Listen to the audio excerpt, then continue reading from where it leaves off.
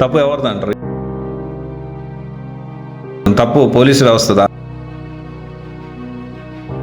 లేకపోతే కండక్ట్ చేసిన గవర్నమెంట్దా? తప్పు ఎక్కడ చేస్తుంది? కొండా సురేఖ గారు, మంత్రి గారు దీని గురించి అంబులెన్స్ పెట్టాలి. అయితే ఇక్కడ ఈ తొక్కిసలాట్లో దాదాపు 3 అమ్మాయిలు, అండ్ మనం ఎంత చేసినా కానీ మళ్ళీ వెనక్కి రావు కదా పోయిన ప్రాణాలు. అసలు ఏమేమి ఎంఎన్సీ కంపెనీస్ వస్తున్నాయి? పోలీసులు చాలా ప్రయత్నం చేశారని తెలిసింది. వాళ్ళ వల్ల కూడా కాక చేతులు ఎత్తేసారు. గైస్, ఈ వీడియోలో మనము వరంగల్లో జరిగిన స్టాంపేడ్ గురించి, అంటే తొక్కిసలాట గురించి మనం ఇప్పుడు ఈ వీడియోలో మాట్లాడుకుందాము. తప్పు ఎవరిది అంటారు? సో జనరల్గా ఏంటి అంటే, కరెక్ట్గా కొంతమంది 50 కంపెనీలు అంటారు, కొంతమంది 60 కంపెనీలు అంటారు, దాదాపు కొంతమంది 6,000 ఉద్యోగాలు అంటారు, కొంతమంది 11,000 ఉద్యోగాలు అంటారు. దీంతోపాటు మళ్ళీ దీనికి సంబంధించిన అంగన్వాడీ కూడా మేము దాదాపు 14,000 ప్రొవైడ్ చేస్తూ ఉంటాం. తప్పు ఎవరిది అంటారు? ఏం జరిగింది ఇది ఇన్ డీటెయిల్గా మనం మాట్లాడుకుందాం. తప్పు పోలీసు వ్యవస్థదా, లేకపోతే కండక్ట్ చేసిన గవర్నమెంట్దా, లేకపోతే ఈ తొందరపడి ఈ గుంపులో గోవిందలాగా వెళ్తూ, లేకపోతే నాకే జాబ్ రావాలి, నాకు జాబ్ రావాలి అని వాళ్ళు ఉండే ఇబ్బందులు బట్టి అందరూ ఒకటేసారి గుమికూడడం వల్ల తప్పు ఎక్కడ జరిగింది? దీనికి సంబంధించి ఇన్ డీటెయిల్గా ఈ వీడియోలో మనం మాట్లాడుకునే ప్రయత్నం చేద్దాము. అండ్ ఫస్ట్ పాయింట్ ఏంటి అంటే, ఇది కొంతమంది ఏమో ఒక క్లారిటీ ఇప్పటికీ రాలేదు. అసలు 50 కంపెనీలా, 60 కంపెనీలా, 65 కంపెనీలా?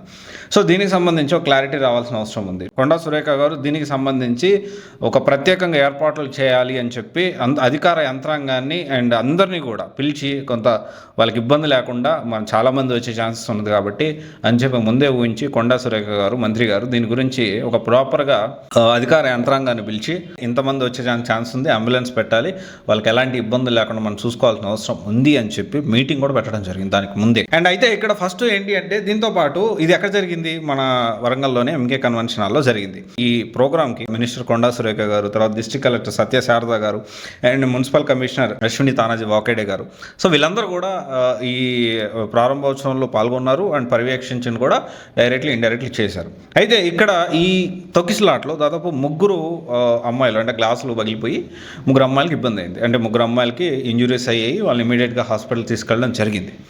అయితే ఇక్కడ తప్పు ఎవరిది అంటే, ఇక్కడ ఒకటే విషయం ఏంటి అంటే, definitely government is doing something. అంటే ఏదన్నా మనం ఇట్లాంటి జాబ్ మేళాలు కండక్ట్ చేయాలి, అందరికీ ఉపయోగపడాలి, నిరుద్యోగులకి ఇది హెల్ప్ అవుతుంది అనే ఒక మంచి సదుద్దేశంతోనే ఈ కండక్ట్ చేయడం జరిగింది. దీన్ని ఎవరూ తప్పుపడడానికి లేదు. కాకపోతే ఇక్కడ ఏంటి అంటే, ఇక్కడ తప్పు ఎవరిది అని చెప్పడానికంటే ముందు కొన్ని క్వశ్చన్స్ మనకి ఆన్సర్స్ ఇప్పటికీ అంటే మనం అందరూ ఎవరైతే వెళ్ళాలనుకుంటున్నారో ఈ పూర్తి ఇన్ఫర్మేషన్ అనేది వెళ్ళే వాళ్ళు తెలుసుకోవాలి.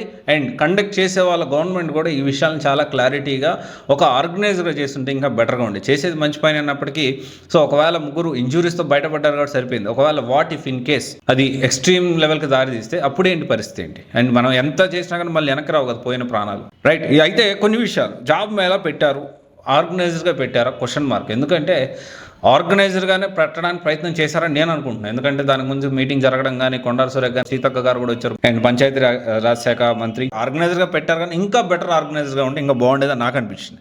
అండ్ ఎందుకంటే దాదాపు నేను చాలా వెబ్సైట్ రెఫర్ చేశాను దీనికి సంబంధించి. కొన్ని వార్తల్లో 50 ఎంఎన్సీ కంపెనీస్ వచ్చాయంటారు, ఇంకొంతమంది 60 ఎంఎన్సీ కంపెనీస్ వచ్చాయంటారు. ఇలా ఏంటి అంటే ఒక కన్ఫ్యూజన్ స్టేట్, ఒక clarity, official note. Next time ఇలాంటివి మనం జరగకుండా డెఫినెట్లీ 200 కాదు 1000% గవర్నమెంట్ ఏదైతే ఈ జాబ్ మేళా కండక్ట్ చేయడం అనేది కంపెనీలు పిలిచి, it's a very good opportunity నిరుద్యోగులకి. అంటే ఈ విధంగా చేయడం కూడా చాలా మంచి విషయం. అండ్ అందరూ ప్రతి ఒక్క గవర్నమెంట్, మన ఇండియాలో ఉన్న ప్రతి ఒక్క గవర్నమెంట్ ఇట్లాంటి ఇనిషియేటివ్స్ తీసుకొని డెఫినెట్లీ అందరినీ అన్ఆర్గనైజ్డ్ కాకుండా ఆర్గనైజ్డ్గా ఇలాంటి జాబ్ మేళాలు కండక్ట్ చేయాల్సిన అవసరం ఉంది. And at the same time ఈ ఆర్గనైజ్డ్గా కండక్ట్ చేస్తూనే ఒక ప్రాపర్ సిస్టమేటిక్గా చేయాలి. అంటే ఇప్పుడు మనం చూసుకుంటే క్లారిటీ లేదు, అసలు ఏమేమి ఎంఎన్సీ కంపెనీస్ వస్తున్నాయి. ఒక్కొక్క లిస్ట్ పెట్టాను, నేను చాలా చూశాను కొన్ని కంపెనీస్, ఎంఎన్సీ కంపెనీస్. కానీ అఫీషియల్గా ఒక వెబ్ నోట్ కానీ దీనికి సంబంధించి చాలా క్లారిటీగా ఈ 50 కంపెనీలు వస్తూ ఉన్నాయి. తర్వాత 5,000 జాబ్లో, 6,000 జాబ్లో, 11,000 జాబ్లో, 15,000 జాబ్లో ఎన్ని జాబ్స్ ఉన్నాయి, ఏ కంపెనీస్ అనేది అఫీషియల్గా వాళ్ళు నోట్ రిలీజ్ చేయాల్సిన, వెబ్ నోట్ కానీ లేదా దీనికి సంబంధించిన ఒక ప్రెస్ నోట్ కానీ రిలీజ్ చేయాల్సిన అవసరం ఉంది. అండ్ దీంతోపాటు ప్యాకేజెస్ ఎంత, ఎక్కడెక్కడ వాళ్ళ లొకేషన్స్ ఏంటి, ఎవరెవరు ఎలిజిబిలిటీ అనేది ప్రతి కంపెనీకి ఇండివిజువల్గా అఫీషియల్గా అది ప్రతి ఒక్కరికి అర్థమయ్యేలాగా చేయాల్సిన అవసరం ఉంది. ఇంత టెక్నాలజీ వచ్చిన తర్వాత కూడా ఇంకా మనం ఆఫ్లైన్లో మన రెజ్యూమ్లు పట్టుకొని వెళ్ళండి, అప్పటికప్పుడు ఆఫర్ లెటర్ ఇస్తారంటే డెఫినెట్లీ ఆఫ్లైన్లో రెజ్యూమ్ పట్టుకొని వెళ్తారు. అట్ ద సేమ్ టైం ముందుగానే వాళ్ళు రిజిస్టర్ చేయించుకుని ఆ రిజిస్టర్ వాళ్ళు ఉంటే మీకు ఒక అవగాహన వస్తుంది కదా. సో ఈ పాయింట్లో ఎందుకు ఆలోచించలేకపోతున్నాం? ఎందుకంటే అంటే మనం ఏం ఇన్సిడెంట్ చిన్నదాంతో సరిపోయింది కాబట్టి చాలా వరకు ఊపిరి పీల్చుకున్నాం. And definitely what if in case ఒక ఎక్స్ట్రీమ్ లెవెల్కి వెళ్ళి డెఫినెట్లీ పోలీసులు చాలా ప్రయత్నం చేశారని తెలిసింది. వీళ్ళందరినీ కంట్రోల్ చేయడానికి చాలా ప్రయత్నం చేశారు. ఎట్ సమ్ ఎక్స్టెంట్ వాళ్ళు కూడా ఎంతవరకు ఇప్పుడు ఎంతమందిని ఆపగలుగుతారు, ఎంత క్రౌడ్ని వాళ్ళు కంట్రోల్ చేయగలుగుతారు, వాళ్ళ వల్ల కూడా కాక చేతులు ఎత్తేసారు. అండ్ డెఫినెట్లీ చాలా ప్రయత్నం చేశారు. ఇంకో విషయం ఏంటి అంటే చాలామంది, నేను ఓపెన్గా చెప్తా ఉన్నా, చాలామంది పోలీసులు తిడతా ఉంటారు. కానీ పోలీసులు లేకపోతే అంటే సరే దాళ్ళల్లో కొంతమంది మంచి వాళ్ళు ఉండకపోయి ఉండొచ్చు, కొంతమంది మీద ఆరోపణలు ఉండొచ్చు, కానీ పోలీస్ వ్యవస్థ లేకపోతే మనకు రక్షణ ఎవరు కల్పిస్తారు? ఇప్పుడు ఇదే చూడండి, ఇట్లాంటి ఏ ఇన్సిడెంట్ బందోబస్తు చూసుకున్నా, లేకపోతే ఏదన్నా మనం వినాయక చవితి చేసుకున్నా, లేకపోతే నిన్నగాక మొన్న మనం హనుమాన్ జయంతి చేసుకున్నాం, అలాంటివి చేసుకున్నా కానీ వీళ్ళ ఫ్యామిలీని వదిలిపెట్టేసేసి వాళ్ళందరినీ గస్తీ కాస్తూ ఎలాంటి అవాంఛనీయ సంఘటనలు జరగకుండా ఎక్కడికక్కడ ప్రొటెక్షన్ ఇస్తూ క్రౌడ్ని కంట్రోల్ చేసుకుంటూ, సో ఎలాంటి శాంతియుతంగా జరగడానికి మన సమాజం ఉందో పీస్ఫుల్గా వెళ్ళడానికి పోలీస్ వ్యవస్థ అనేది చాలా అవసరం. అండ్ డెఫినెట్లీ దీనికి సంబంధించి ఎవరు ఒప్పుకోకపోయినా ఇది నిజం. కొంతవరకు కొంతమంది చేసే కొన్ని పనుల వల్ల అందరినీ బ్లేమ్ చేయడం కూడా కరెక్ట్ కాదు. సో ఈ పాజిటివ్ ఆస్పెక్ట్ కూడా మనం ఆలోచించాలి.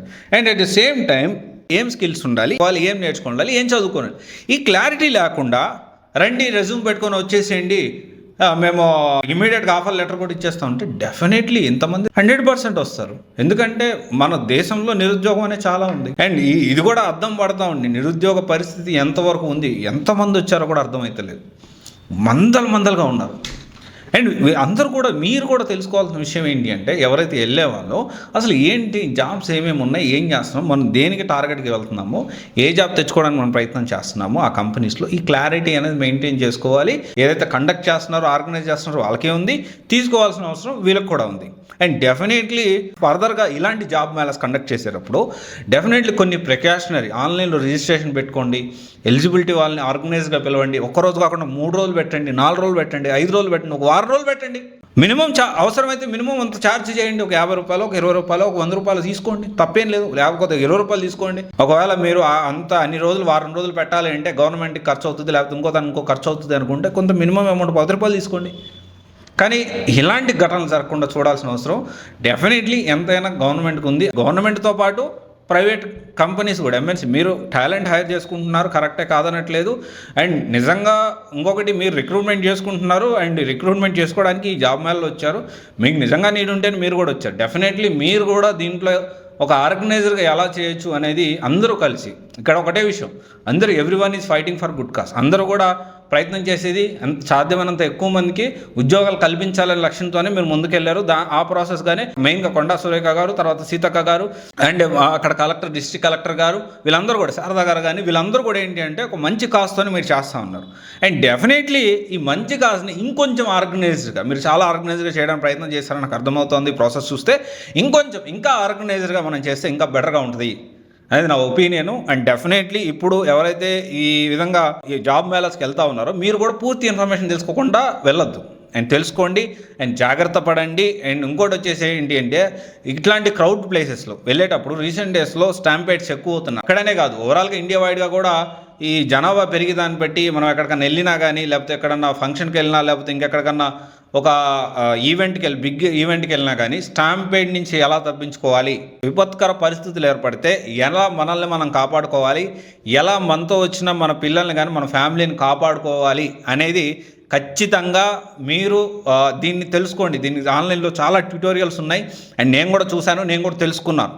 అండ్ ఎమర్జెన్సీ కేసులో అది మీరు ఉపయోగించుకోవడానికి ప్రయత్నం చేయండి. అండ్ డెఫినెట్లీ జాబులు ఎంతమంది నిరుద్యోగులు ఉన్నారో ఇది అద్దం పట్టేలాగా ఉంది.